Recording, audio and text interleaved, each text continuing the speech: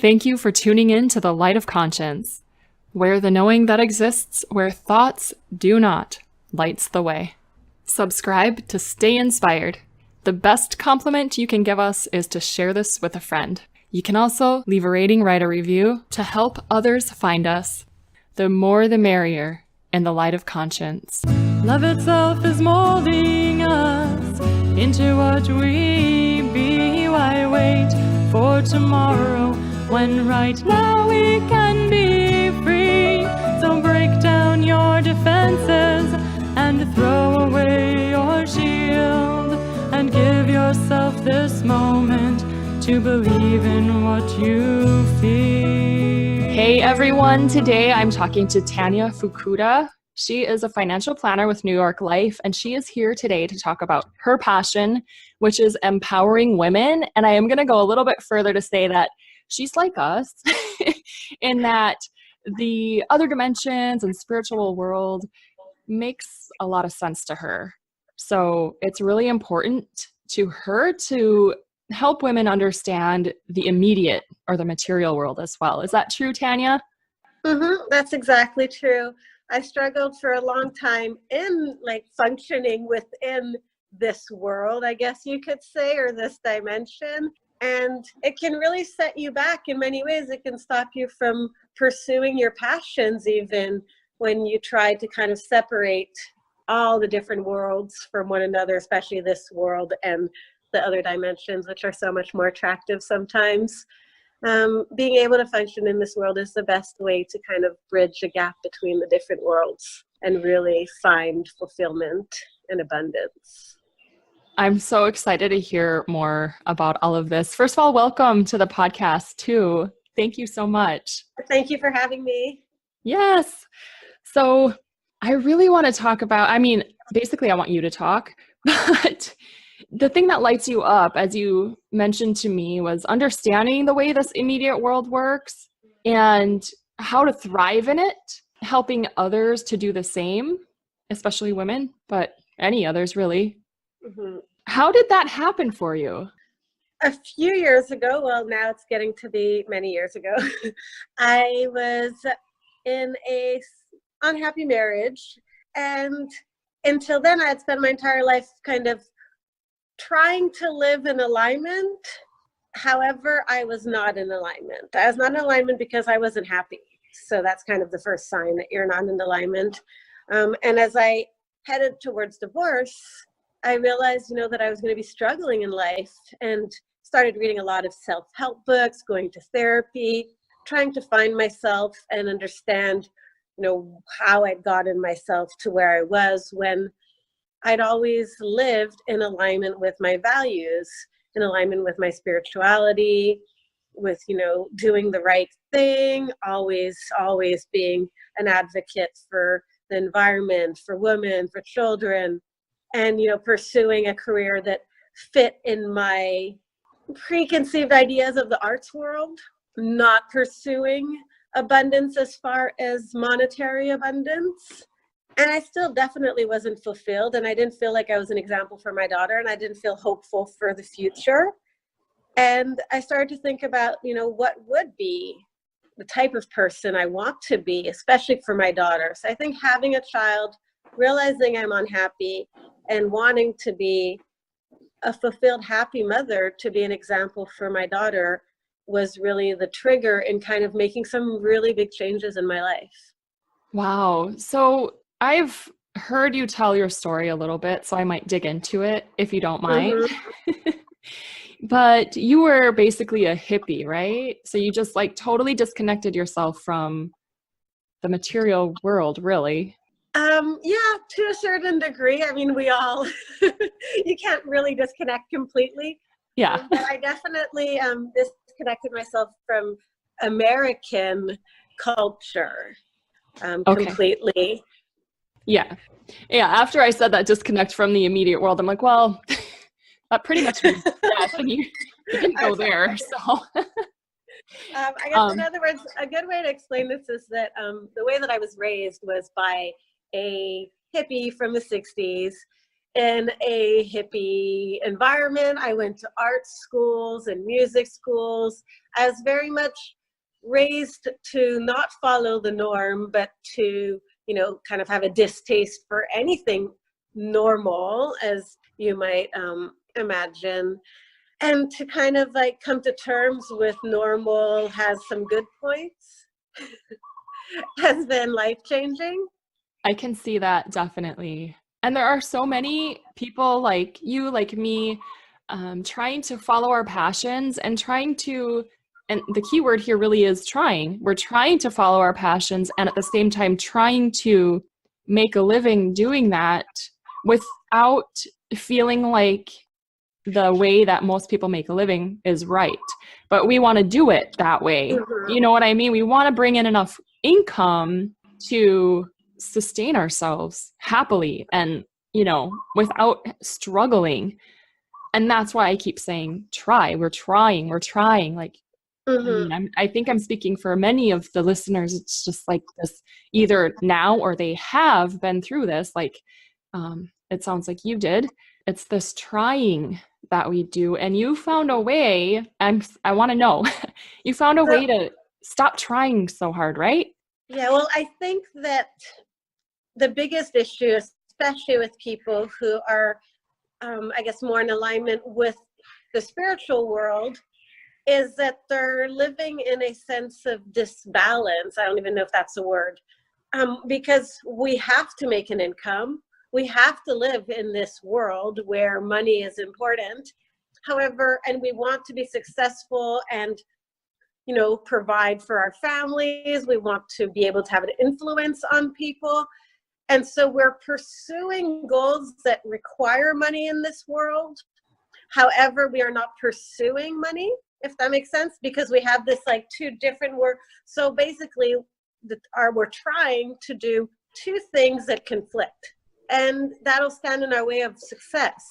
So I remember, growing up, I was always told like you shouldn't work too hard, and there was this idea of like workaholics. And even now, I hear this a lot: like you don't need to work hard. You just need to do something you love, and you need to do it right, and you don't need to pursue financial gain. But if you're trying to make your business work and at the same time telling yourself financial gain is not important, well, you're probably manifesting that you're not going to get financial gain. So yes, you might have an influence, might love what you do, but you'll probably be super stressed because you're not at the same time manifesting any kind of money. And you can't just manifest money by thinking, I want to be successful. You actually have to want to receive money. And it goes beyond saying it, doesn't it? Mm-hmm. And it's something that I've had to work on, because you can be successful by having 1 million clients that love you. If you're not charging them, you're going to be stressed out. And then are you going to be your best self? Are you going to be the best educator to your following? Absolutely. Yeah. I'm really happy you brought up the you don't have to work hard mentality that's out there. Mm-hmm. And I think the confusion with that is that the spiritual community, I guess, it feels on some level. And by the way, I'm not speaking like at anybody, I'm speaking from experience. Mm-hmm. Me too. So, everything is like from my personal experience. Yeah. So there's nothing personal like against or to or at other people here. Mm-hmm. So this mindset and this belief system, it's like we fall into this belief that we can sit and meditate, and then tomorrow somebody's going to call and become a client, or and sorry about this, but somebody's going to die, and then we get like a big, what do you call it? A big check. We'll just call it a big check, and I mean, yeah, of course, those things can happen, but it's not because you sat and meditated. And the word I'm thinking about right now is discipline, which has two like very different meanings. Discipline, it's like you're in trouble. And then there's discipline in this dedication to self. And I think that discipline is hard. I'm talking the dedication to self. It is hard and it's hard work, but the reward for having that dedication is so great that it becomes not work anymore. Yes, I agree. I think I definitely work more now than I ever worked in my whole life. Um, and I'm so much more fulfilled and happy because I'm living in alignment with my goals, my values, my desires. And before I worked less hard so that I could spend more time meditating, doing yoga, surfing, hiking. And I felt like that was living in alignment with my values because I was in alignment with my values of wanting to do yoga and hike and meditate and not having work take over my life. But I think it's not that I hated my job, but it's that the job wasn't fulfilling. So I needed to fill it with all these other activities that were fulfilling and would still be fulfilling. But now my work is so fulfilling that I have to remind myself to go and do other things for self-care. They become self-care. They're not my source of fulfillment. I completely relate to you as you say that. Yeah, like you have a job that is paying the bills, and then you have to supplement it with the things you love. You have a job that you love, paying the bills, and then everything is just you have to remind yourself, oh yeah, I love these other things too, and it's okay to take breaks sometimes. It's actually good for you. Yeah. I get it. So it's always a balancing act, really. Can you tell us a little bit about how awareness and empowerment can and actually need to be applied to this material and immediate world so that we can, Yes. have the So, change I we mean, I want? think that a lot of the things that we kind of assign to this immediate world, and, of course, I'll talk on the subject of money because that's where I'm doing the most of my work on myself and to help women, is that there's this association that money is associated to so many bad things in this dimension. However, money is just a concept. I mean, some people refer to it as energy. Um, it's a concept that we need to understand the same way that food is something that we need to understand. I like to compare money and food to kind of explain and to hopefully get people to kind of understand why it's so important to not disconnect from money and to learn how it works. And in an easy comparison to food, when we think about food, if you were to not eat at all, if you're just going to be like, food is associated to all these terrible things. I hate food because it's, there's sugar, there's chemicals, there's all the stuff that's going on in the world with the food industry. I want to disassociate completely. I will not eat anymore, or I will just grow my own vegetables and that is it. I will be self-sufficient. And then there's a drought. You're not going to survive, right? So most of us who are self-aware, I like to say self-aware, or have kind of this broad understanding of the things that are not in alignment with our values, will say, okay, well, I need to understand how food works. I need to understand about buying local. I need to understand about whether I want to eat animals. And if I do eat animals, how am I going to eat animal products? Which industry am I going to support? What foods are associated with different diseases? How can I ensure that I have a long life, a healthy life? How can I prevent disease? And so I feel like in my case, I was very much raised to understand how food works and to love it, to learn to love the good side of food, to empower myself with all of this knowledge and love of food that is good for me. And I feel like we need to have that same kind of attitude about money because money sustains us. It would be wonderful to live in a society where everyone just shared everything and abundance was based on, how many trees and rivers you had on your land. But unless you are living in a place like that, we need to figure out a way to live in alignment with money and understand, how does it work in society? How can we make it work for us? What are the parts of society and money that we don't relate to, that we don't want to support? And how can money work for us so that we have a wonderful future, so that we have a healthy attitude towards it? And most of us are never taught how money works. I mean, the way that the system works and the stock market and the financial industry, it's all a big mystery. And it's even more of a mystery to women because the only place that men are learning about it is from their fathers, and women are learning about it from anyone.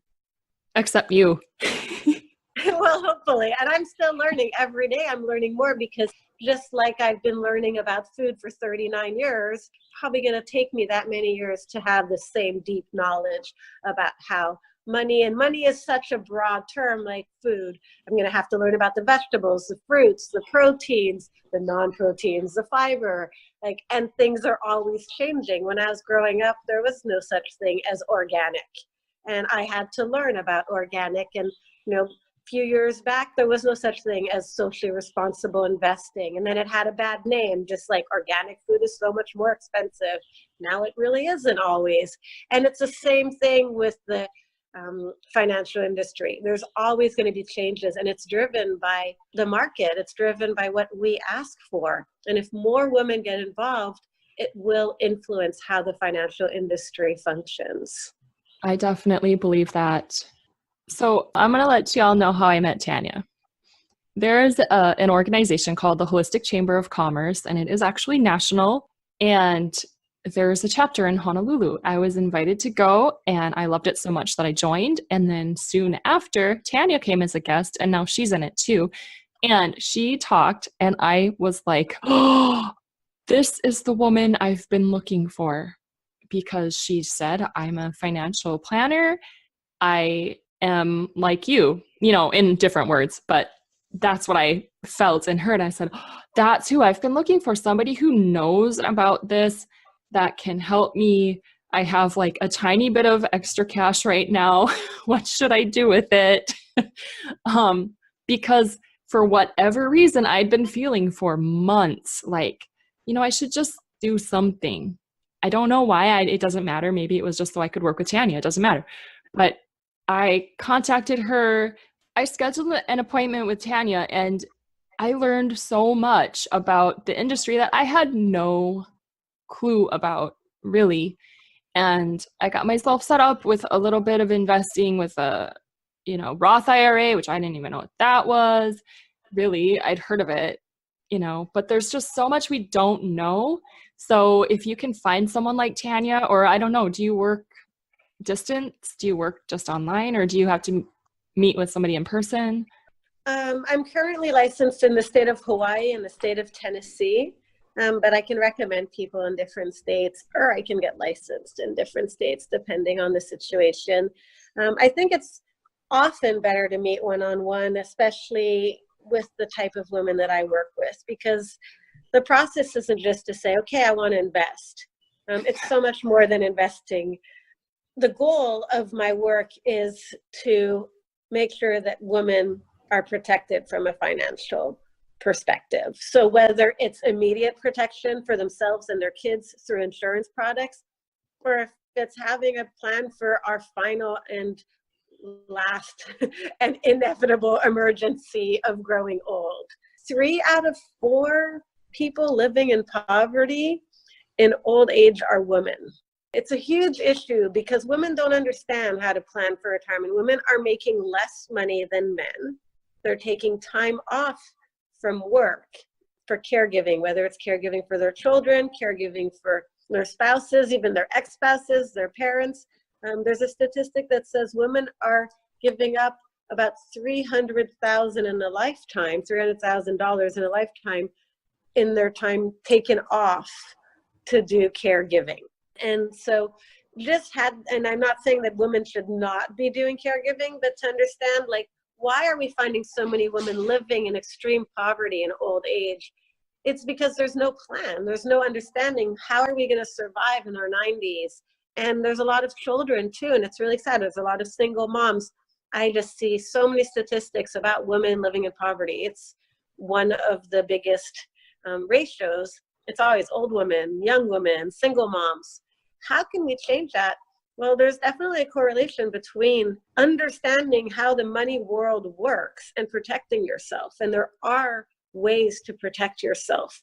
And it doesn't necessarily mean it's investing. Sometimes it can be life insurance on your spouse.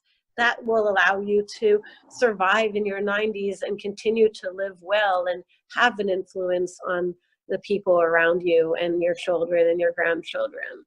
What would you say to, I think one reason that people don't even look at the financial industry or look for financial planners because they just don't feel like they have anything that they can put aside. How do you what would you advise? I mean, I know I probably can't ask you for like financial advice, but Mm-hmm. what do you say to people in that situation where it's just like they're living paycheck to paycheck, they have debt, they just don't feel like they're ever going to get out of this cycle? Well, from what I've seen, it really doesn't matter what your income level is. People are living paycheck to paycheck regardless of their income level.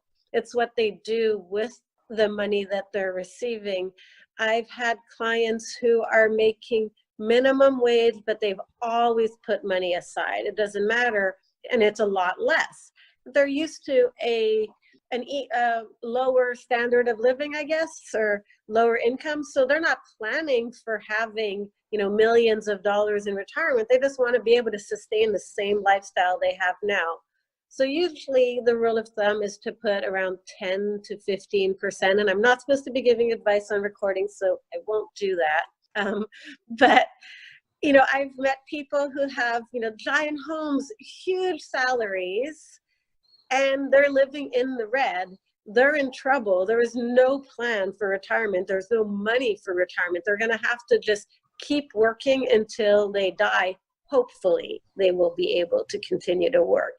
Otherwise, they're going to have to sell their house, sell their car, and go to living a standard of living that's like 10 times below what they're used to. And for some of us, we're like, oh, that's fine. But for them, that is not fine. So they're just going to continue to work and work and work. And then eventually there's no plan. So they're going to be in the red, and they're going to continue to be in the red. They've lived their entire life with no plan. When I see other people who have really low income, but they've been planning, perhaps it's because they hate their job and they're like, I'm definitely retiring at 60 and then I'm going to pursue my passion. So they just made little bits of investments every time they got their taxes back. There's tiny things, but it's accumulating. They started young and they had a plan. Maybe they got a government job so there'd be a pension at the end. Having this idea of looking towards the future and having the right kind of insurances in place will make the biggest difference. So it's not really reliant on income as much as it's reliant on planning and talking to the right person about planning. So what I'm hearing is that your finances can actually become a practice or a habit, like your meditation practice or your spiritual practice. I think it's important to build a relationship with money.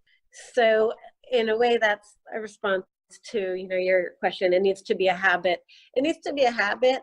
It also needs to be a relationship. It's not something that you're just like when you're working on a relationship, you're not going to say, well, I'm not in the mood to work on this relationship, so I'm just going to put it off, or I don't have enough energy, I have too much on my plate, I'll just wait, maybe in 5 years, maybe in a year. Like when I feel up for it, when I have more energy or more time, I'll work on my relationship with my spouse or my boyfriend or my partner. We all know how that ends up if you never put work into your relationship and you just kind of set it aside because now isn't the right time. So you want to always be putting some attention, some love. It can be just little things every day, and those things will really add up, especially when it comes to financial planning. So how old is too old to start?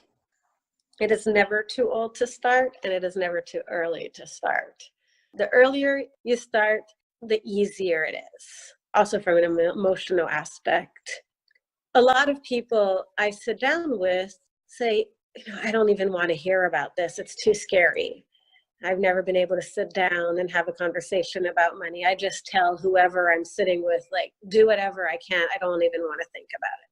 That is a dangerous thing. So there's two things that are really, really holding women back, or maybe I want to say there's more. There's three at least that I want to mention now. One is this sense of complacency, which is, leaving it up to the government, leaving it up to your husband, leaving it up to some random financial planner because you just don't want to deal with it. It's too much. It's too emotional. The other one is making rash decisions because it's too emotional. and then regretting them and being like, I made a huge mistake. I'm never going to do anything ever again. And then there's the beginning, which is never doing anything to begin with at all. And what's the remedy? Starting to care about doing something. And I think it's so difficult to just kind of get out of a lot of our emotional blocks enough to say, I care about money.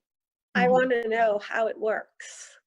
Yeah, I agree. That's why I thought finding you was so important to me, because so many people in the field of money are more materialistic and don't really have the connection to the spiritual. Although I have to say, the more I've been really open about just who I am and not not really hiding anything about myself, the more I find that I bet there are so many more people in the financial industry that meditate and that connect to that spiritual side than anyone realizes. And that's for any industry at all whatsoever. I think, this quote unquote movement is growing, and that people all over are really, they're understanding that inner world is so important. So, before we make judgments, and who knows, like your family friend who's a financial advisor from this company over there might be able to help you with the kind of thing that you want to do with your money, or what you would want to do with your money, even if you're, I don't know, the minimum to start with, but even if it's $25 a month or something, it gets you used to the idea that you're gonna put some of this thing that is supporting you into something that's going to help support you even more. Mm-hmm. And I think what's strange is that when we're separating money from the spiritual world, it's not realistic, because we're still relying on money in our life. So whether it's to say, oh, I don't need a retirement plan, I don't understand investing, for example, well, then how are you going to survive? And the answer is you're going to be on Medicare and on Social Security, and you're going to be relying on the government that you specifically probably associate with money that you want to detach yourself from, and all the evil things that you're not trying to support by detaching yourself from money. The more we detach ourselves from money and the financial industry, the more we become reliant on it. That makes a lot of sense. And there's another, I think, mindset of, we always want to live in the moment. That's like the spiritual 101, be present, be here now. And so there's another mindset or a concept that, we're always taken care of. And that may be true. And as Tanya just mentioned, like if you have no plan, you'll be reliant on the thing that you probably despise, or you may despise, maybe not. So yeah, you will be might just despise it because you're reliant on it. Yeah, that too. So it's really a decision that obviously has to be made by you. I'm not here to urge you into anything. You can choose what to do. I highly recommend learning about it so you're educated and you understand a little bit more, because it's really fascinating. And if you find the right person, they will be able to explain it in a language that you can understand, which is also really, to me, important. So, maybe I am kind of nudging all the listeners today to just, sit with it. Like, what is my experience with money? What do I think of the financial industry? Do I have a plan? Do I want a plan? Do I need a plan? And then instead of going into the mind of, no, that's all, I'm taken care of, and, just sit with it and feel it and let yourself, absorb the emotions around it and see. And I think that I can say this. You can definitely reach out to me and I will be your ear. If you have any questions, like Tanya said, she's licensed in Hawaii and Tennessee. She can recommend people in other states. If you're just confused, can people reach out to you? Yeah, so a lot of financial planners, as well as myself, do consultations at no cost. So there's really nothing to lose. And just like you might try different restaurants until you find one that you like and go back to often, you can try different financial planners until you find the one that you connect with. One of the things that you just said reminded me of a client recently who we were having our meeting, and she was expressing, her fears. She was very emotional about the future and scared of the things that could happen if her partner passed or if he became ill, and just growing old, and how she'd never really wanted to deal with it. And then she mentioned that she always believed and still believes and needs to remind herself that the universe has always taken care of her, and it always will take care of her. And I think that's so important to kind of understand that, yes, the universe will take care of you. And I thought that was such a beautiful thing to say. And I was like, it will take care of you. And do you want to know how, so that you don't have to be afraid that it won't? And that's really what a financial planner does. It's tell you how are the different ways that the universe will take care of you and can take care of you. And you can actually have a say in the direction of your life, and not just be in fear and needing to rely on this belief that you're still in fear, so she's not completely believing in it. So hopefully when you sit down with a financial planner, what you're getting is a confirmation of how the universe can take care of you, and how you can take responsibility for allowing the universe to take care of you in the most beautiful possible ways. I love There's that. There's three things I like to tell women, really when it comes to money, and it's very general because it relates to every aspect of your life. But first, it's really to take responsibility for your life. And this falls in line with, yes, there's a path, there's destiny, there's opportunities, but we are, in control of which opportunities we embark on and our own destiny.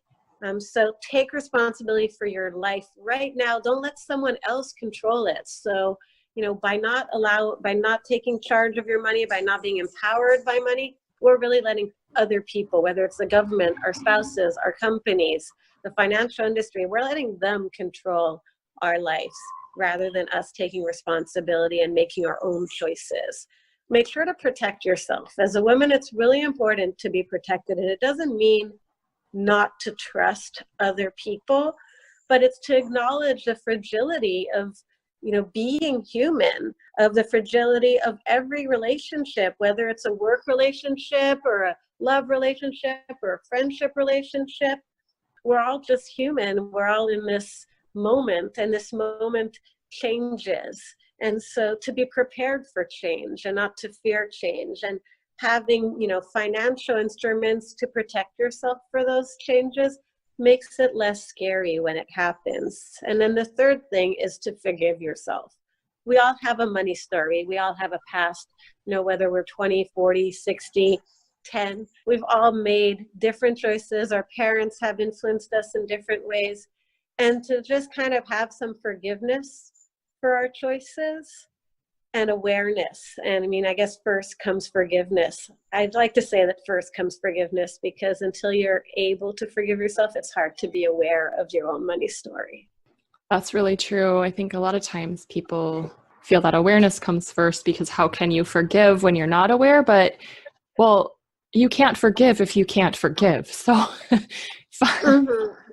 yeah, allowing that letting go, and that love of, it's okay. We're all, like Tanya just said, we're all human, and it's just a part of this play we're in, really. So with money, do you want to have fun with it, or do you want to fear it? And Mm-hmm.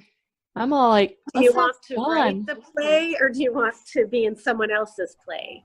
Yeah, absolutely Like you lovely. could have like the best role in a play. You could have like your dream role in a play, but someone else wrote it.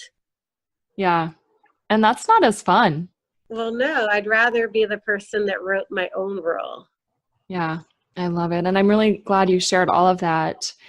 Are there any other last words, or were those your last words that you want to share? I think I want to definitely talk about how our complacency as women, and I don't like to put the blame and the responsibility on women, but I can't control what other people do. I can only control what I do. But I think that it's really a symptom of the inequality that we see in society. And I think it's really important to see that, empowerment in relation to the financial industry is really the next step when it comes to actual equality between the sexes, it's really one of the last things that needs to come into play for us to really see women having a true voice and to really be in a situation where they can control their own destiny and have the power to say yes or say no to different circumstances.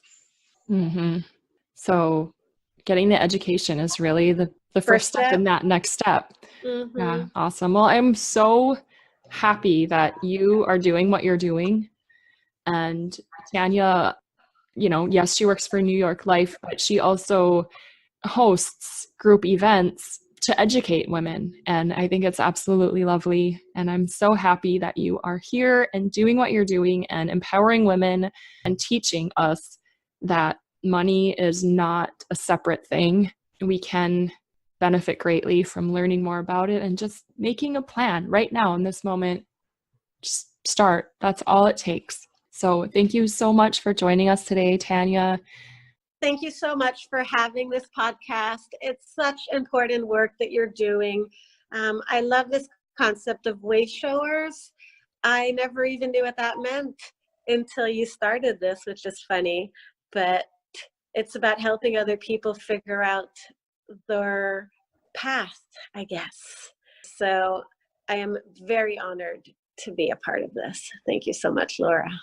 Thank you. And you know what? I didn't even ask you how you realized you're a way shower, which is hilarious because I ask everyone. I've asked everybody that.